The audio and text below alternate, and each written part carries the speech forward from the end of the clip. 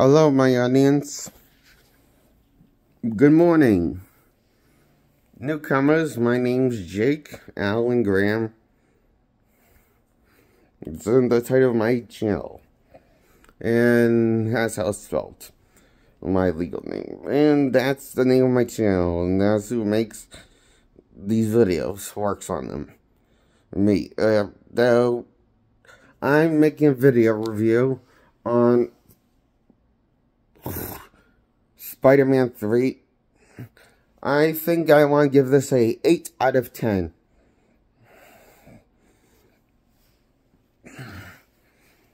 While I did like this movie, I didn't love it like a 10 out of 10.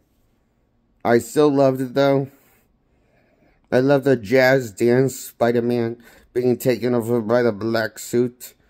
Him fighting with him and Harry fighting over with physical combat. That's cool. Reinterpretation of the Sandman and Venom and the Black Symbiote story. Reinterpretation was fun, cool.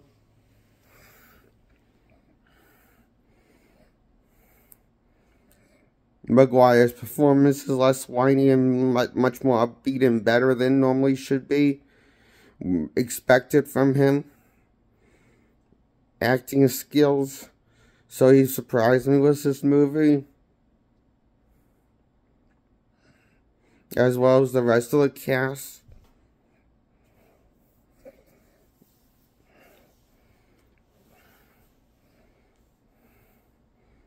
I think this one told the best coherent narrative story without telling so many villains and jumbling them all well together. For the first time, there was never this many characters in a Spider-Man film before. The Spider-Man 3, since then, there's been more characters in Spider-Man movies jumbled into them. It was mixed with civilians, mixed with the heroes, mixed with the comic nature of the villains going up against Spider-Man. And the world building is really top notch. It's like, never been better before. Like, never been like this quality before Spider-Man 3. Before Spider-Man 3, I thought the Spider-Man movies sucked. They're a weak, mediocre piece of horseshit. And that's why I hate them. As a 6 out of 10. The original two Maguire movies, I think, are mediocre horseshit. Drag on forever, overstay their welcome, balls to the wall pacing.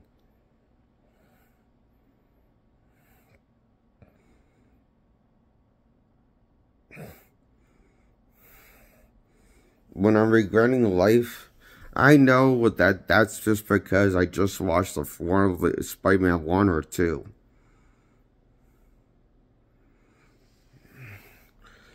Starring Maguire's era. As in, this is the only one that makes me not feel suicidal.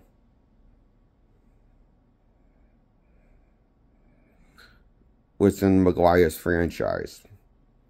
Out of all the Spider-Man movies, this is the only one that does not make me feel like want to start another suicide attempt.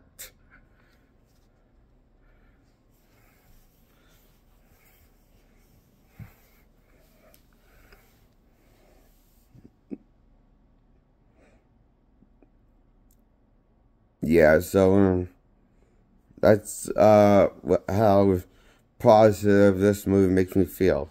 It's the only one that doesn't make me feel suicidal. And make me wish I was dead and didn't exist on Earth.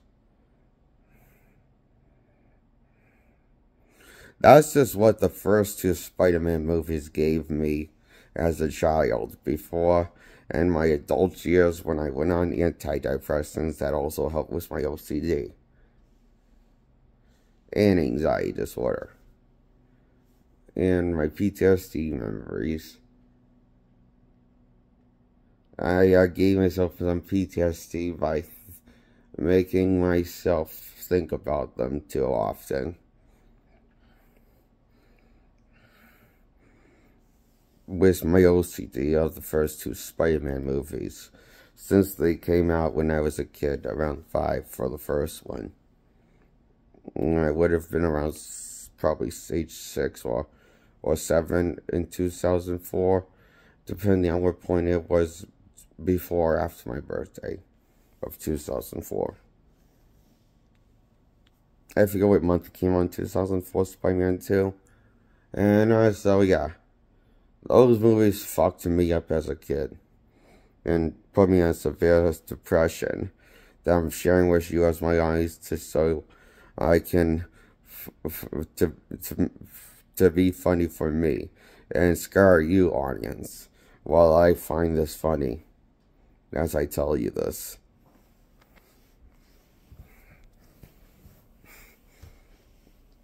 So yeah, it's just because I was one of Spider-Man's bigger fans from the source material and from the cartoons. I hated this first two Spider-Man movies that much. I felt like they got everything wrong about the character, as much as the 70s flick was the series, Spider-Man. 70s series in live action. Do I think Maguire's take is better than this first American television series of Spider-Man from the 70s, live action? Yes. But that's not saying much. Then again, I think Spider-Man Japan was better. Then again, I did think Spider-Man Japan series from the 70s that was made in Japan was better than the American series of Spider-Man. And I thought it was better quality. But then again, I thought it was better than the Maguire first two movies. And in that Spider-Man show, he carries a machine gun and shoots people to death with them. He has more common with the Punisher because he kills people easily with lethal weapons. And dresses as a Spider-Man costume, and that's the show he has his water thing. It's a weird show, I remember. Yeah, that Spider-Man doesn't have a problem with killing people. I mean, it's not as faithful as Maguire's first two movies, but there's more imagined Japanese Spider-Man series shot in live action. I thought that was better than the first two Spider-Man movies and the original 70s Spider-Man show that was shot in America.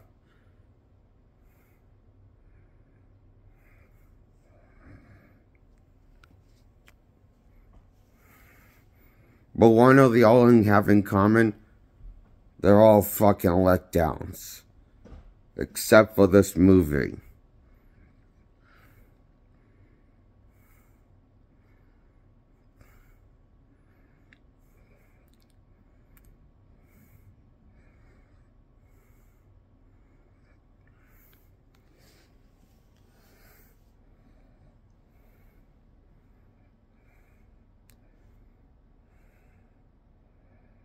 Spider-Man 3 gets a 8 out of 10.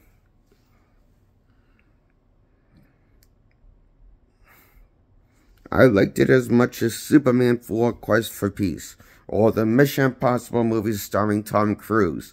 All of them.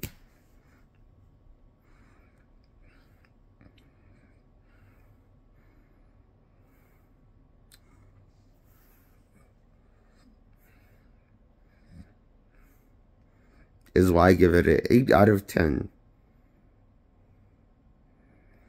It's a great popcorn movie. But because I'm a Spider-Man fan, I just wish it was a 10 out of 10.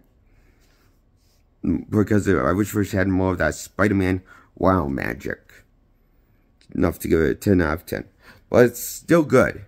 I just wish Spider-Man Peter Parker had more development on screen. And less involvement of development of, and to do that, I do have to take some screen time away from Mary Jane and Harry, and maybe that would have been for the better, treating them more like side characters, and like they were in the first two ones, instead of main characters that are driving forces of characters that throughout the film. And maybe they should have focused more on Spider-Man development and Flint Marko and Eddie Brock, who becomes Venom. They should have made those three the main characters, instead of Harry Osborn, instead of with Harry Osborn and MJ and Peter, the main characters for Spider-Man 3. That's my big problem with Spider-Man 3.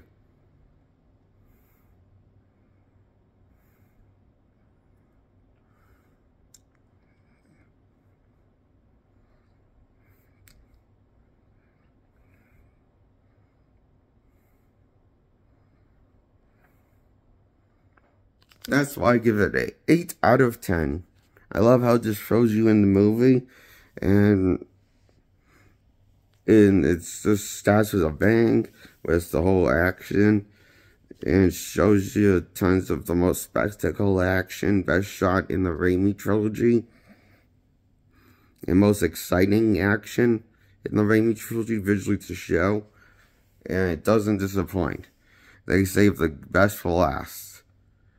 The only good Spider-Man movie you need to see is the third one, with the Raimi run. To me, it's the only one with worse that you see. Spider-Man 3 is why I give it an 8 out of 10.